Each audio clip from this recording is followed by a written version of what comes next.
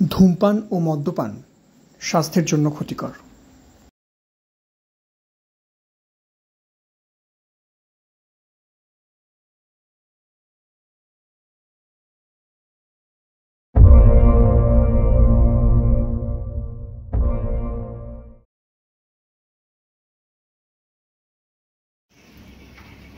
আমি তো তোমাকে কবে থেকেই বলেছিলাম শাশ্বত, যে উচ্চ মাধ্যমিকের পর আমার বাড়ি থেকে বিয়ে ঠিক করবে। সেই কোন ক্লাস 10 থেকে আমার বাড়িতে সম্বন্ধ আসছে। তুমি কি চাইছোটা কি? কি চাইছো স্পষ্ট করে বলো। দেখো পূর্ণা, ফ্যাক্টরির ওই কটা মাইনেতে আমার পক্ষে বিয়ে সংসার করা সম্ভব নয়। তাহলে আমার সাথে এতদিন ছিলে কেন? আমি তোমার জন্য লড়াইটা করলাম কি জন্য? কত পড়াশোনা করলাম বলো তো, কিন্তু রাজ্য পরীক্ষাতেই বসতে দিল না।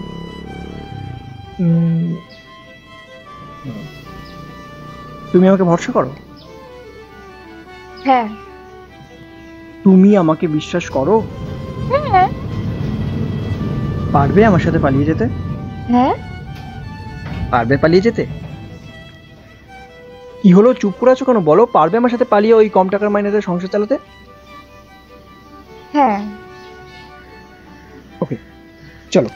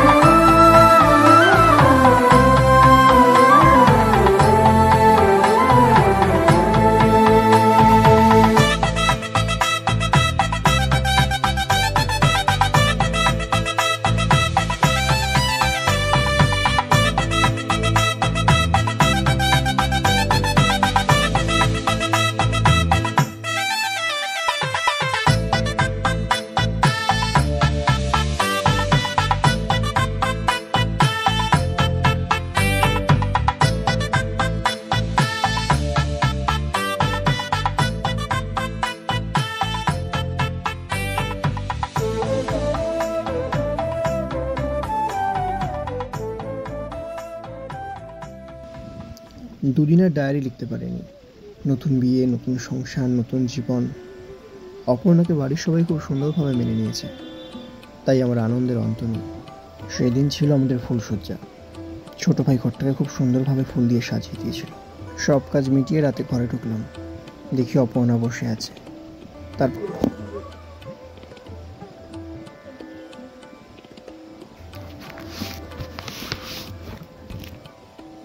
বিয়ের 11 মাসের মাথায় আমাদের কাঁধে নতুন দায়িত্ব। আমাদের কোল আলো করে এলো তুলি। আজকাল দেখি তুলির মা তুলিকে একটু বেশিই ভালোবাসছে। সেটাই তো স্বাভাবিক। তুমি হলে আসল, আমি হলাম সুদ। বাবা, তুমি কেন চলে গেলে গো? তোমার এই মৃত্যুটাকে নিয়ে আমাকে কেউ কিচ্ছু বলেনি। মাকেও কতবার ধরে জিজ্ঞাসা করেছি, মাও কিছু বলেনি। তোমাকে বড্ড মিস করি বাবা।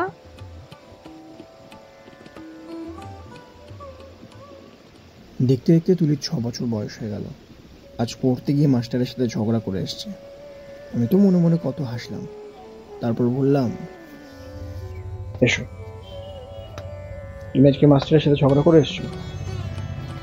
তুলি, তোমাকে নিয়ে আমাদের কত স্বপ্ন বলো তো। তোমার মায়ের কত স্বপ্ন, তুমি বড় হবে, মানুষের মতো মানুষ হবে, আমাদেরকে সুখে রাখবে। তুমি কিনা আমাকে কতটা অপমানিত হতে হলো বলো তো। বাবা, মাকে প্লিজ বলো না, মা খুব মারবে। আচ্ছা ঠিক আছে, চলো।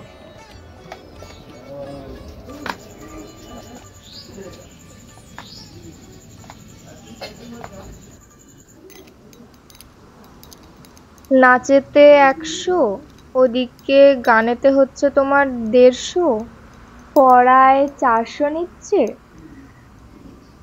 আর যোগব্যায়ামে 50 টাকা, আবৃত্তিতে ওই 60 টাকা। মেয়েটার উপর এত চাপ দাও কেন বলো তো? ও তো নাচ শিখছে, আবার যোগ ব্যায়ামে ভর্তি করার কি ছিল? আর গান শেখাচ্ছ, আবার আবৃত্তিতে কেন ভর্তি করলে সেটাও বুঝতে পারছি না।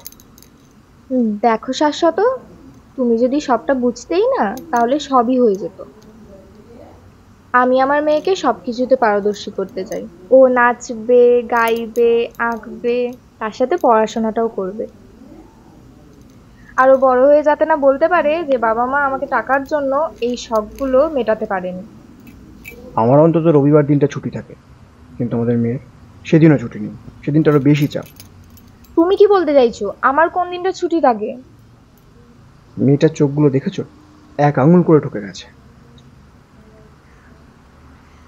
আসলে কি বলতো শাশ্বত, তুমি তো জানো আমরা অত টাকা দিয়ে তুলিকে পড়াতে পারবো না, আর আমাদের সামর্থ্যই বা কোথায়। তাই এই সাংস্কৃতিক দিকটা তুলিকে তৈরি করে দিচ্ছে, যাতে যে কোনো একটা ডাল ধরতে পারে, তাই তো? সে ঠিক আছে, কিন্তু ভয় হয় এটার বিপরীত না হয়ে যায়। ধুর, ওসব ছাড়ো তো, কত লোক কত কিছু করছে। এই শোনো না, কালকে তুলির জন্মদিন, মনে আছে তো? মনে আছে। তাহলে কিছু স্কুলের বন্ধু বান্ধবকে। আচ্ছা ঠিক আছে। ঠিক আছে, আমি ওই দিকটা গেলাম।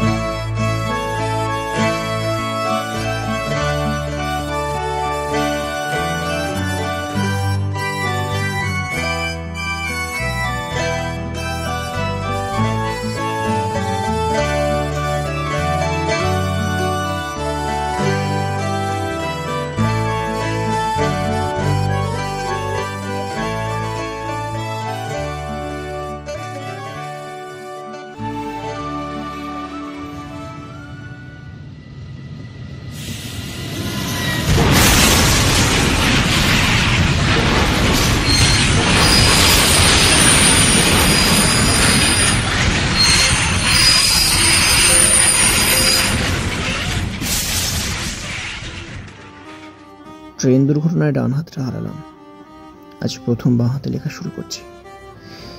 তুলির মা আজকাল আমার সাথে বড্ড খারাপ ব্যবহার করে, বড্ড কষ্ট পাই। আজ বলে কিনা, জীবনে তুমি আমাদের জন্য কি করেছো বলো তো? তোমার বেঁচে থাকা আর মরে যাওয়া দুটোই তো সমান। আমাদের মেয়ের ভবিষ্যৎটা একবার ভেবে দেখেছো? কি হবে আমি কিছুই তো বুঝতে পারছি না। আজ আমি সরকারি স্কুলে ওকে ভর্তি করে দিয়ে চলে এসেছি। খাবোটা কি আর তোমাকে কি ওষুধটা কিনে দেবো সেটাই তো বুঝতে পারছি না। মেয়েটার আঁকা, গান, নাচ, আবৃত্তি সব বন্ধ হয়ে গেছে, সব। এবার তুমি খুশি তো?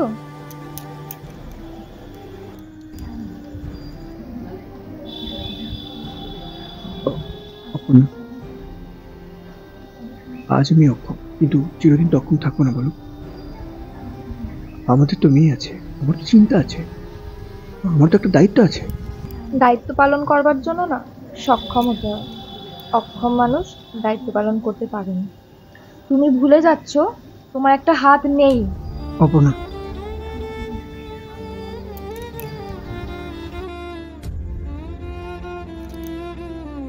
শাশ্বত, আমি তোমাকে ভালোবাসি শাশ্বত। তোমাকে ছাড়া আমি আর আমাদের মেয়ে নিঃস্ব, অসহায়। আমি কোনোদিনও ভাবিনি এই সংসারটাকে ছেড়ে আমার কোনোদিনও বাইরে কাজে যেতে হবে। আমার এই গোটা পৃথিবী জুড়ে শুধু তুমি আর তোমার মেয়ে শাশ্বত, আর কেউ নেই, কিচ্ছু নেই। তোমরাই আমার সবকিছু, তোমরাই আমার স্বর্গ, তোমরাই আমার সুখ। মেয়েটা আজকাল বড্ড কাশছে, একটু ডাক্তার দেখিও।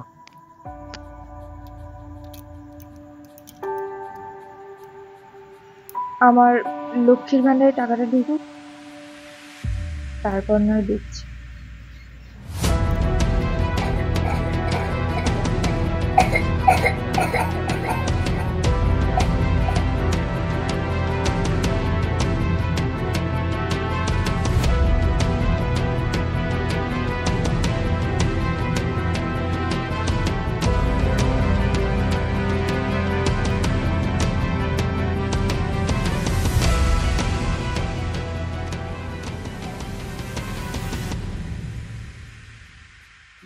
এতদূর পর্যন্ত যদি আপনাদের কাহিনীটি ভালো লাগে তাহলে অবশ্যই লাইক করবেন, চ্যানেল সাবস্ক্রাইব করতে ভুলবেন না। আর হ্যাঁ, আমরা কিন্তু আপনার মূল্যবান কমেন্টের অপেক্ষায় থাকবো। দয়া করে কমেন্ট করবেন। ধন্যবাদ, দেখতে থাকুন।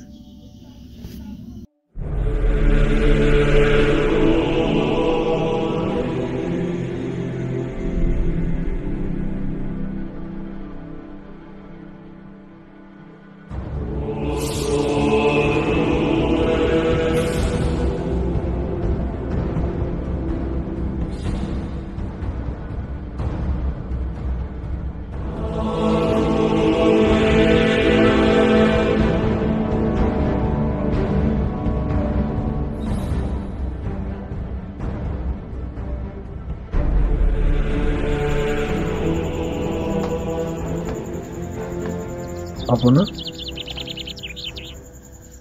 কি গো? এই অপর্ণা,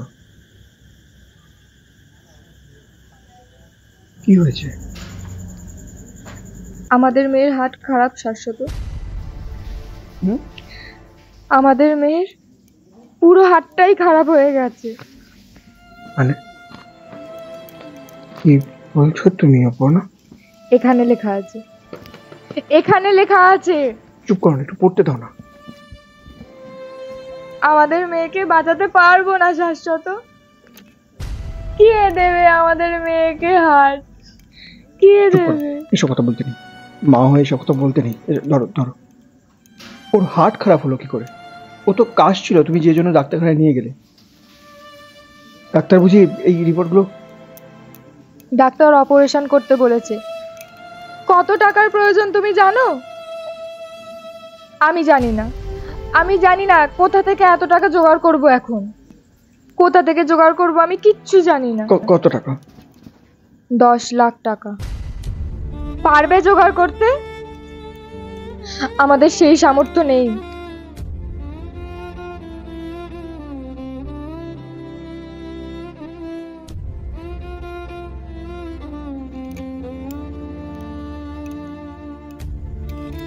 তুলি, এই তুলি, তোর বাবা কোথায় গেল বলতো? জানি না মা, বাবা কোথায় বাইরের দিকে বেরোলো।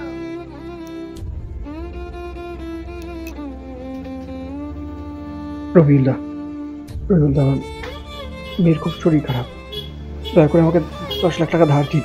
আমি আপনার সব টাকা মিটিয়ে দেবো, সত্যি বলছি, কাজ করে সব টাকা মিটিয়ে দেবো। আপনি এখন একটু দয়া করুন দাদা। 10 লাখ?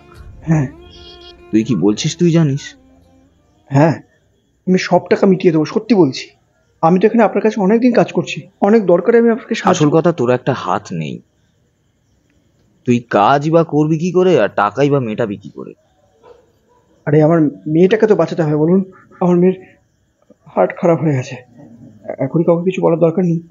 অনেক টাকা পয়সার দরকার আছে। 10 লাখ টাকা বলেছে, কিন্তু অনেক তো খরচা আছে। নতুন হাট পুনঃস্থাপন করতে হবে। আপনি টাকা দিলে খুব ভালো হয়। আপনার তো অনেক টাকা আছে, বলুন, অনেক টাকা আছে। ওই 2 নম্বরের টাকা থেকে একটু দেখুন না, যদি কিছু আমি তোকে টাকাটা দিতে পারি। টাকাটা তোকে দিতে পারি দেবেন? যদি তুই তোর বউকে এক রাতের জন্য আমার কাছে রেখে যাস। পাগল হয়ে গেছিস? হ্যাঁ, এই আমার বউকে তোর কাছে রাখবো? এত বড় সাহস, শালা আমার গায়ে হাত! এই, ওঠ ওঠ বলছি, ওঠ। এটা কার লেখা জানিস? এটা এটা আমার এলাকা, আমার এলাকা। আমার এরিয়ায় এসে তুই আমার কলার ধরছিস? এত বড় সাহস তোর!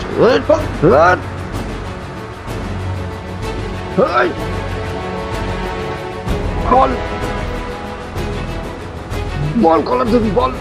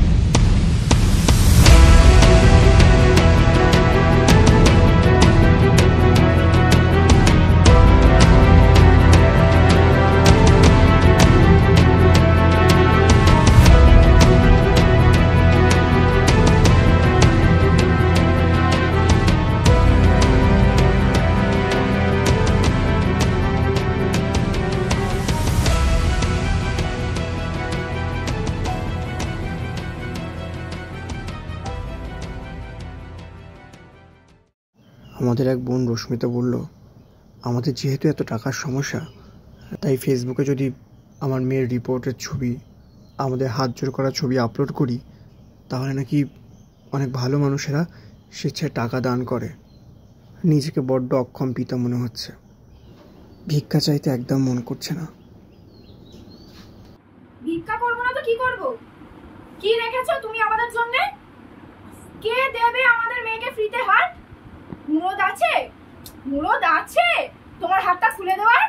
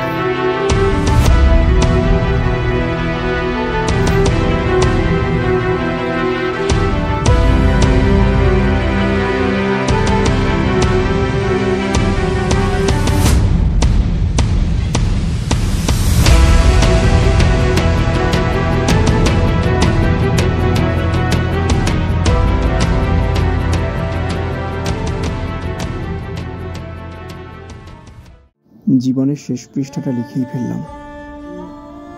ভালো থেকো সোনামা। এই ডায়েরিগুলো আমি কোনোদিনই তোমার সামনে আসতে দেবো না, তাই অনেক দূরে লুকিয়ে যাচ্ছি। তোমার বাবা তোমায় খুব ভালোবাসে, তোমার মা আমার ভালোবাসা, তাকে ভালো রেখো। বাবার ডায়েরিগুলো বার করেছিস কেন তুই? মা, তুমি সত্যি করে বলো, আমার এই হাতটা কে দিয়েছে? বলো মা, প্লিজ চুপ করে থেকো না, বলো আমাকে। মা, এভাবে চুপ করে থেকো না, বলো আমাকে। মা, তুমি সত্যি করে বলো আমাকে এটা কে দিয়েছে? আমি কিন্তু সবটা জেনে গেছি। সবটা যখন জেনেই গেছিস, তাহলে কেন আবার জিজ্ঞাসা করছিস?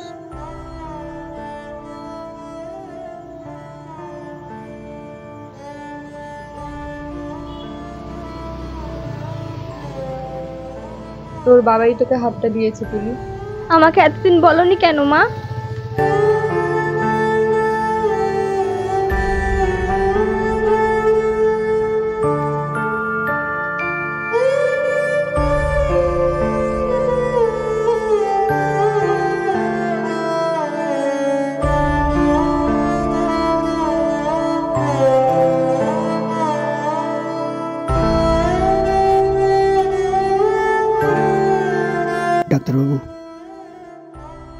আপনি আমার হৃৎপিণ্ড আমার মেয়ের মধ্যে স্থাপন করার ব্যবস্থা করুন।